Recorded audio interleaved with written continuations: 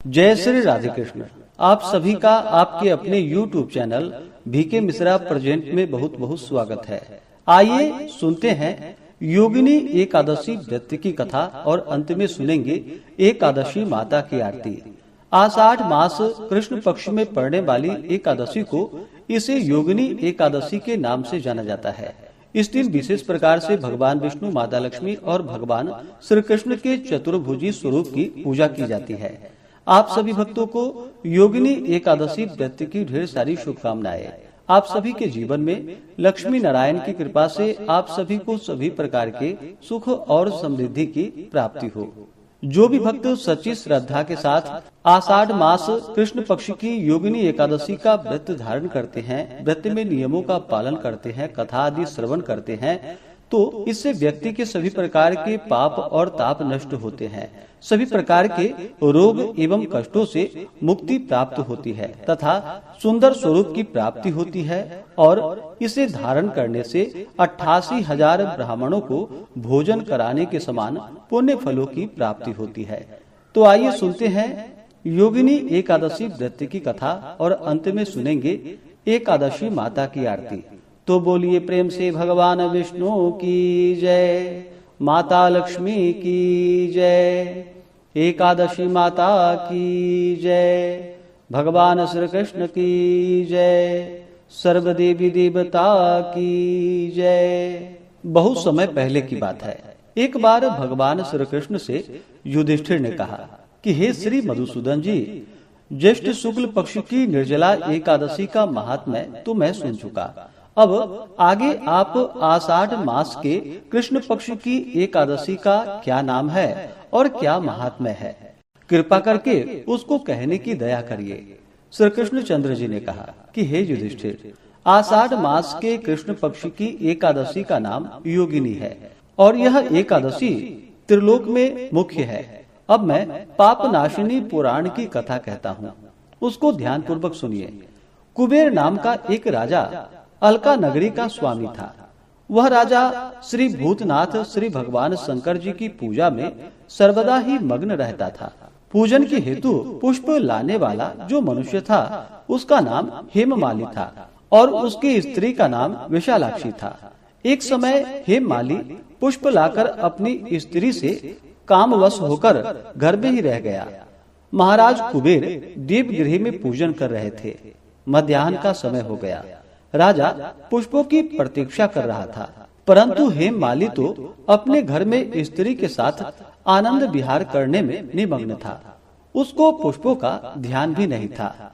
अत्यधिक समय समाप्त हो जाने पर यक्षराज कुबेर ने सेवकों से कहा कि तुम लोग शीघ्र जाओ और अनुसंधान करके बतलाओ, हेममाली इतना समय व्यतीत हो जाने पर भी क्यों नहीं आया। इस प्रकार राजा के क्रोध युक्त वचनों को सुनकर यक्षों ने कहा कि हे महाराज, हेममाली अत्यंत ही कामी मनुष्य है, अतः वह अपने घर के स्त्री के साथ आनंद विहार कर रहा है। यक्षों के वचनों को सुनकर राजा ने और भी अधिक क्रोधित होकर उसको बुला लाने की आज्ञा दी। उधर हेममाली को भी अपना दोष ज्ञात हो चुका था, अतः भय से व्याकुल एवं कांपता हुआ राजा के सामने आया। उसको देखकर राजा ने क्रोध पूर्वक वचनों से कहा, रे पापी दुष्ट, तूने भगवान शंकर का अनादर किया है, अतः तू यहाँ से मृत्यु लोक में जाकर स्त्री से रहित तथा कुष्ठी होकर जीवन यापन कर। राजा के मुख से इन वचनों के निकलते ही वह अपने स्थान से नीचे चला गया और कुष्ठी होकर अत्यंत ही कष्टपूर्ण जीवन यापन करने लगा। परंतु ऐसी दशा में भी भगवान शंकर के पूजन के प्रभाव से उसकी प्राचीन स्मृति नष्ट नहीं हुई। वह कष्टों से पीड़ित अपने पूर्व कर्मों का स्मरण करता हुआ विंध्याचल की ओर गया। वहां पर उसको श्री मार्कंडेय मुनि से साक्षात्कार हो गया। वह अत्यंत ही नम्रता पूर्वक प्रणाम करके उनके ही आश्रम पर बैठ गया। जब मार्कंडेय मुनि ने उनको अत्यंत पीड़ित अवस्था में देखा तो दया के वशीभूत होकर अपने समीप उसको बुलाया और कहा, किस कारण इस प्रकार कष्टों को प्राप्त हुए हो। मुनि के प्रेम पूर्वक वचनों को सुनकर उसने अपनी संपूर्ण पूर्व कथा उनको कह सुनाई और हाथ जोड़कर प्रार्थना की कि हे मुनि जी, अब आप मुझको कोई ऐसी युक्ति बतलाइए कि जिससे यह कष्ट से मुझे निवृत्ति मिल जाए और मैं पूर्व की भांति हो जाऊं। मार्कंडेय मुनि ने कहा, अच्छा, मैं तुमको एक व्रत का उपदेश देता हूँ, उसको ध्यान पूर्वक सुनो, जिससे तुम्हारे ये कष्ट निवृत्त हो जाएंगे।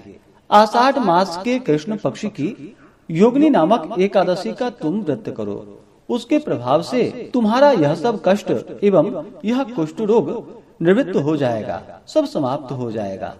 इस प्रकार मुनि के वचनों को सुनकर उसने भक्ति पूर्वक प्रणाम किया तथा अत्यंत ही आनंदित होकर उनके कथन अनुसार वह योगिनी नामक एकादशी का व्रत करने लगा। तत्पश्चात व्रत के प्रभाव से वह सब रोगों एवं कष्टों से मुक्त होकर शुद्ध तथा सुंदर स्वरूपवान हो गया। हे राजन, इस प्रकार महत्व प्रदान करने वाला यह व्रत है। 88,000 ब्राह्मणों को भोजन कराने से जो फल प्राप्त होता है, वही फल इस योगिनी नामक एकादशी का व्रत करने से होता है। इस व्रत को मनुष्यों को अवश्य ही करनी चाहिए। तो बोलिए प्रेम से भगवान विष्णु की जय। तो आइए अब सुनते हैं एकादशी माता की आरती।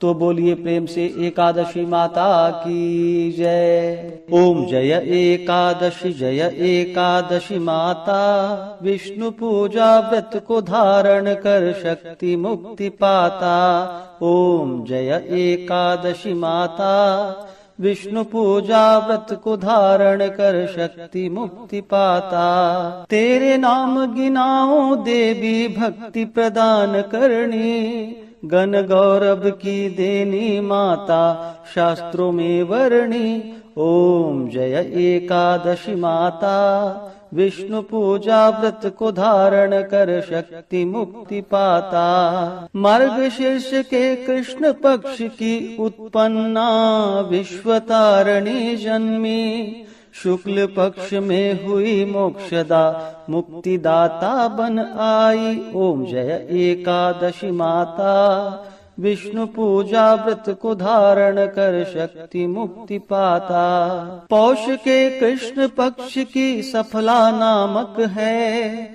शुक्ल पक्ष में होए पुत्रदा आनंद अधिक रहे। ओम जय एकादशी माता, विष्णु पूजा व्रत को धारण कर शक्ति मुक्ति पाता। नाम षट तीला माघ मास में कृष्ण पक्ष आवे, शुक्ल पक्ष में जया कहावे विजय सदा पावे। ओम जय एकादशी माता, विष्णु पूजा व्रत को धारण कर शक्ति मुक्ति पाता। विजया फाल्गुन कृष्ण पक्ष में शुक्ला आमल की, पाप मोचिनी कृष्ण पक्ष में चैत्र महाबली की। ओम जय एकादशी माता, विष्णु पूजा व्रत को धारण कर शक्ति मुक्ति पाता। चैत्र शुक्ल में नाम कामदा धन देने वाली, नाम वरुथिनी कृष्ण पक्ष में वैशाख माह वाली।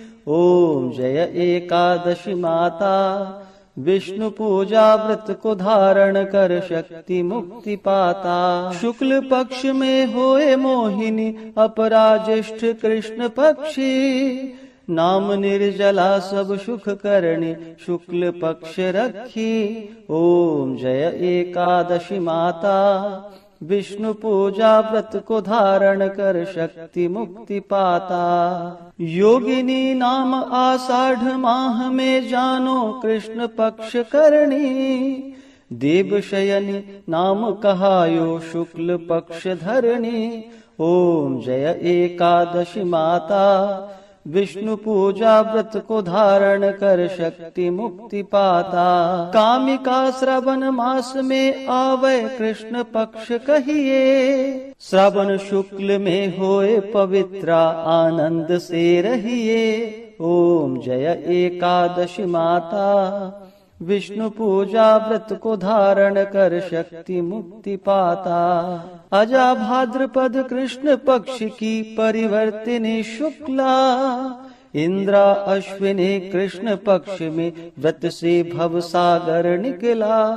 ओम जय एकादशी माता, विष्णु पूजा व्रत को धारण कर शक्ति मुक्ति पाता। पापांकुशा है शुक्ल पक्ष में आप हरणहारी, रमा मास कार्तिक में आवे सुखदायक भारी। ओम जय एकादशी माता, विष्णु पूजा व्रत को धारण कर शक्ति मुक्ति पाता। देवोत्थानी शुक्ल पक्ष की दुखनाशक मैया, पावन मास में करो विनती पार करो नैया। ओम जय एकादशी माता, विष्णु पूजा व्रत को धारण कर शक्ति मुक्ति पाता। परमा कृष्ण पक्ष में होती जन मंगल करणी, शुक्ल मास में होए पद्मिनी दुख दारिद्र हरणी। ओम जय एकादशी माता, विष्णु पूजा व्रत को धारण कर शक्ति मुक्ति पाता। जो कोई आरती एकादशी की भक्ति सहित गावे, जन गुरुदिता स्वर्ग का वासा निश्चय ही पावे। ओम जय एकादशी माता, विष्णु पूजा व्रत को धारण कर शक्ति मुक्ति पाता। ओम जय एकादशी माता, विष्णु पूजा व्रत को धारण कर शक्ति मुक्ति पाता। हाँ, शक्ति मुक्ति पाता। तो बोलिए प्रेम से एकादशी माता की जय, भगवान विष्णु की जय, माता लक्ष्मी की जय, भगवान श्री कृष्ण की जय, सर्व देवी देवता की जय। तो आशा करता हूँ कि यह जानकारी आपको अच्छा लगा हो। इसी प्रकार से ज्ञानवर्धक जानकारियाँ प्राप्त करते रहने के लिए, व्रत पूजा के बारे में जानने के लिए, कथा को सुनने के लिए चैनल पे अगर आप पहली बार आए हैं तो चैनल को लाल बटन दबा करके सब्सक्राइब करें, साथ ही बेल आइकन घंटी को दबाएं ताकि आने वाली वीडियो का नोटिफिकेशन आपको समय से मिलता रहे। वीडियो को लाइक करें, शेयर करें, सुखी रहें और स्वस्थ रहें। जय श्री राधे कृष्ण। धन्यवाद।